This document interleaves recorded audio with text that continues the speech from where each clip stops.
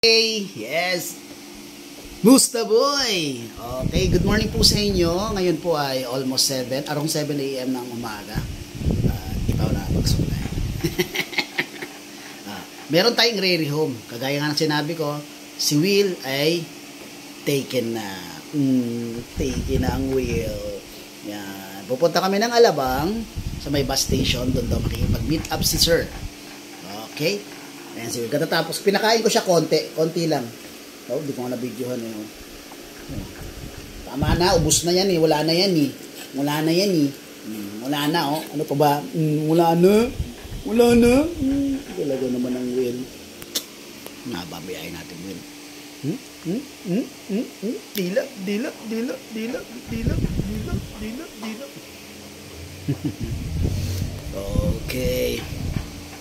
Okay. Punta na tayo doon at medyo mahaba ang biyahe natin. Okay? Let's go! Si Will, oh. Yan. Pasok na si Will sa kulungan.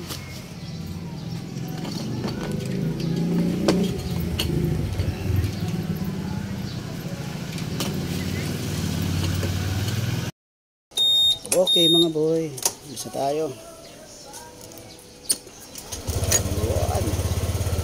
Sa pabo ko di ako nag-helmet. Okay. Yun oh.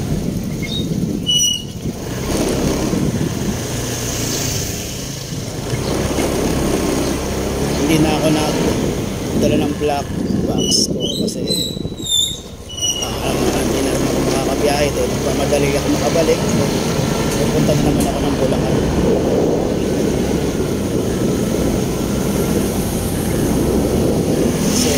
Kailangan kong may mabayaran doon. Binababayaran ko yung tubig mo sa Bulacan. Kasi pinaputol ko yun. Dahil yun nga, ilang buwan din ako hindi nakapunta doon. Kasi doon kahit walang hindi ginagamit, may bill. Kaya kailangan is ano siya, maputol muna para wala akong babayaran. Ngayon, baka every week nandun ako. Kaya na nakaraan walang tubig doon. Nakikip lang kami dun sa mga kapitbahay doon. Kasi pinayagan kami. Every week nandun na naman ako. Kailangan na tubig. Kuryente naman, di naman nakapagpupul kasi nakababa naman. Actually yung total ng bill ko is nasa 140 lang. Pinalo ko rin kasi tubig lang ang kailangan kung naputol kasi mabait ako kahit wala naman kami doon. Ayusin ko kaya nagagaling ko sa Alabang. Hindi pa nag-reply si Sir pero naka-open na siya para yung gamit yata niya is dami account. Siyempre may mga ganun kasing tao na may ibang klase ng iba silang social account, social media account. Base kasi yan sa mga transaction, maaaring personal, maaaring pang business, maaaring magics. Okay, anyway, ayan nga, available pa si friend sa atin. Kaya kung sino yung may gusto sa kanya, i-email lang ako sa Ashken Kennels, ang ating FB account, kung saan tayo nag-update ng mga or re-roaming natin mga pets. Pwede nyo rin akong i-call or i-text sa 0943-911-9745. Yan yung number ko. TM siya. Ay, TM. Hindi pala siya TM. Sans. At yan din yung Gcash number ko. Kaya kung sakaling pwede nyo magkaroon ng transaction payment through Gcash. At the same time, Viber account ko, number ko rin siya. Kaya doon sa mga walang social media account, pwede tayong mag-usap. Kung gusto nyo makakita ang picture o kaya video niya, pwede ako mag-send sa inyo kung may Viber number din po kayo. kasi may mga tao walang social media. Okay? Regarding sa transportation, pwede natin pag-usapan. Text ko naman yan, kaya makaka-discount kayo ng mababa. Kasi nga kahit pang gasolina lang eh. Pero syempre hindi naman ang ano rin diba? Basta hindi ganun ano, hindi ganun kataas kasi sa usapan naman ng pet transportation sa akin naman yung pets na yan nasa akin yan magkano gusto kong singilin sa pet transport. Pero pag hindi sa akin at magsi-service tayo, hindi naman kataasan, hindi rin kababaan, dapat nasa tama lang para hindi tayo ibabash ng mga kapwa natin transporter na nagbabagsak tayo ng presyo ng pet transport para makuha natin. Huwag naman yung ganon, diba? Tumaban tayo ng batas. Okay? Siyempre ang yung Kuya Gilbert, Ashton Kennel at Gusta Boy ay siyempre pet transporter. Kaya kung kayo gusto nyo sa akin magpa-pet transport, kontakin nyo lang ako din sa number na yan na binigay ko sa social media account ko na Gusta Boy yan, o kaya Ashton Kennel, diba? Ganun din naman ang aking TikTok account, Gusta Boy din naman ang nakalagay, kaya pwede nyo rin ako kontakin. Huwag kayong manghihinayang sa pagbayad ng talagang magkano na binabayad sa pag-pet transporter kasi hindi naman parcel yan. Buhay po yan. Kung sakaling magkaroon ng problema, sagot po namin yan bilang pet transporter. As long na mailagay namin yan sa cage namin at ibabayahin na namin, sagot na namin yan. Diba? Huwag kayong basta papatol sa mga mga delivery, yung mga motorcycle delivery na kagaya ng mga lalabog, wala silang cage. Saka alam ko then same time kay lalamog rider, bawal sa amin yan mag-transfer ng ganyan mga pets kasi napakadelikado talaga sa pets. Kaya nyo nga bumili ng breed na aso, ba't hindi nyo ko kaya pet transfer ng tama, di ba? Kaya alam naman natin na ang breed na aso medyo alagain at magastos, di ba? Kung pa lang hindi nyo kayang i-provide, baka may duda tayo regarding sa pag-aalaga. Baka pagka hindi nyo kaya bumili ng dog food na ang dog food mas mahal pa sa bigas, di ba? Kaya may mga meme sa FB, sa mga TikTok na mas masarap pa yung ulam ng aso kaysa may-ari diba? May mga treats pa yan. And then same time, yung pinakamahalaga dapat updated sa vaccine, sa deworming, diba? Yun ang wag nititili rin sa kanila. Importante sa kanila yun. Kaya gusto ko talaga mag-alaga ng mga breed na aso, be responsible, handa kayo sa mga gastos. Hindi naman kailangan mag-arbo, hindi naman kailangan yun, hindi naman kailangan na gusto nyo lang ipagyabang na meron kayong ganong aso, ganong breed ng aso, diba?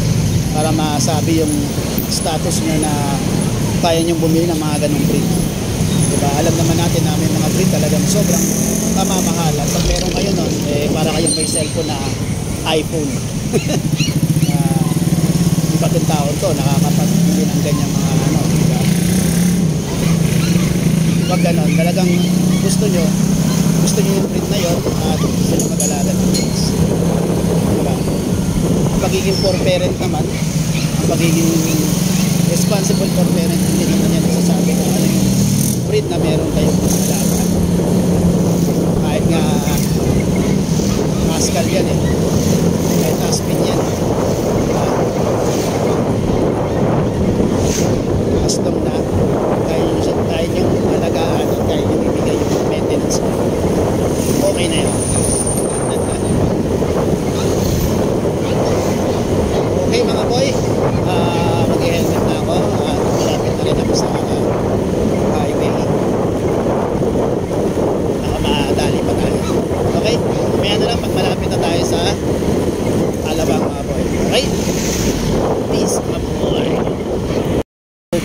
boy, nandito na tayo sa may bandang South Park Mall to, dito sa may Alabang. Kasi maaga dumating sila sir. Akala ko 10 or 11.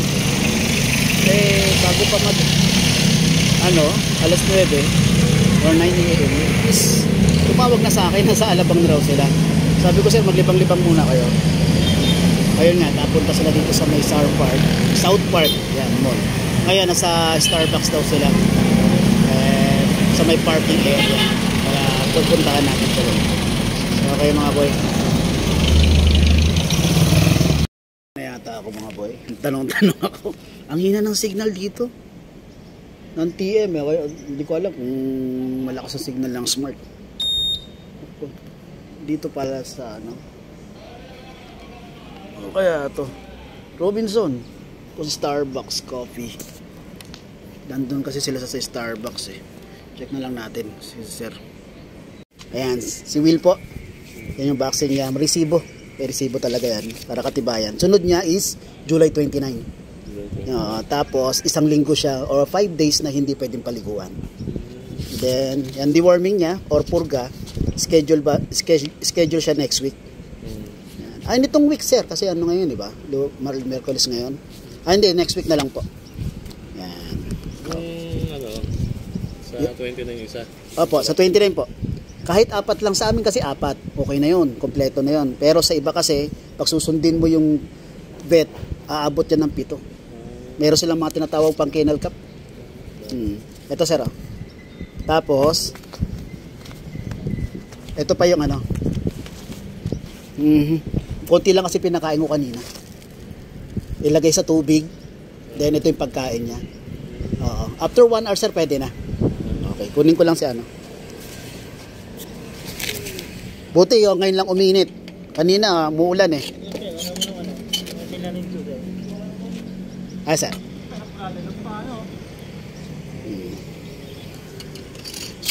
Okay na, ito. Ito sir. Okay.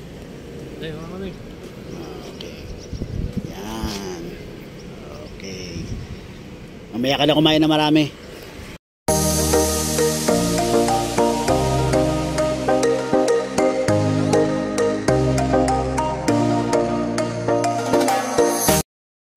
Okay mga boy, nandito ako sa may bandang malapit sa TUP Bigutan 7-Eleven. Okay, marihom na natin si Will. At maraming salamat kay Sir Mark na taga Los Baños, Florida Blanca. Los Baños, kala ko lang yung Florida. Taga Florida Blanca kasi yung marihom kay River. Naalala ko tuloy. Okay mga boy, napakasikip talaga dito. Dito sa service road. So, terminal ng mga jeep. Kaya masisisi, nagkakaroon ng pasayero. Sila minsan nakakasal kasi lalo pag nakaka na yung nakaroon nila mga traffic. Yan ang mahirap.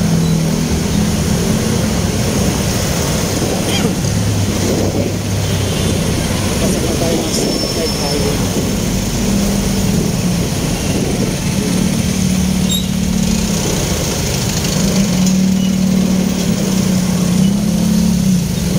Okay mga boy, maraming salamat sa panonood ng maikli kong video or vlog regarding sa pagre-rewag kay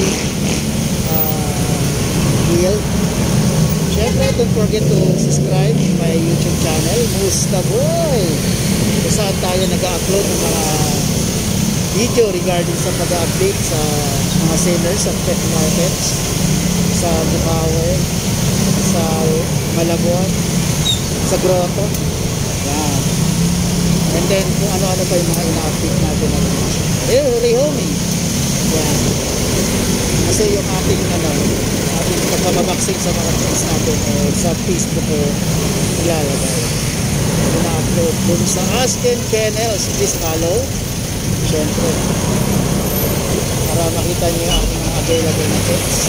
Available pa nga si Fred, ang ating solid choco, updated the warning, licensed vet, 2 months and 1 week, van size mga boy, male. Napakagawa ko. Siyempre friend yan, friend yan. Let's go bro. What's up bro? Sino pa yung wapo siya pag naiwan. Okay, at yun nga, syempre yung ating Mustable page, i-follow din kung ano-ano yung mga in-update natin.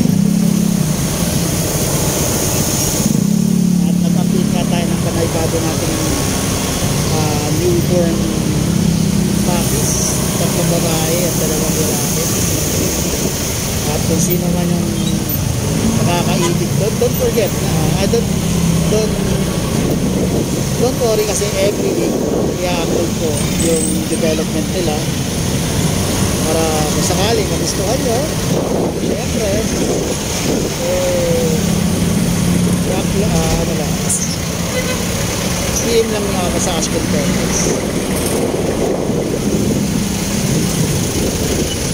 Pero tatanggap tayo ng reservation pag 1 month na sila.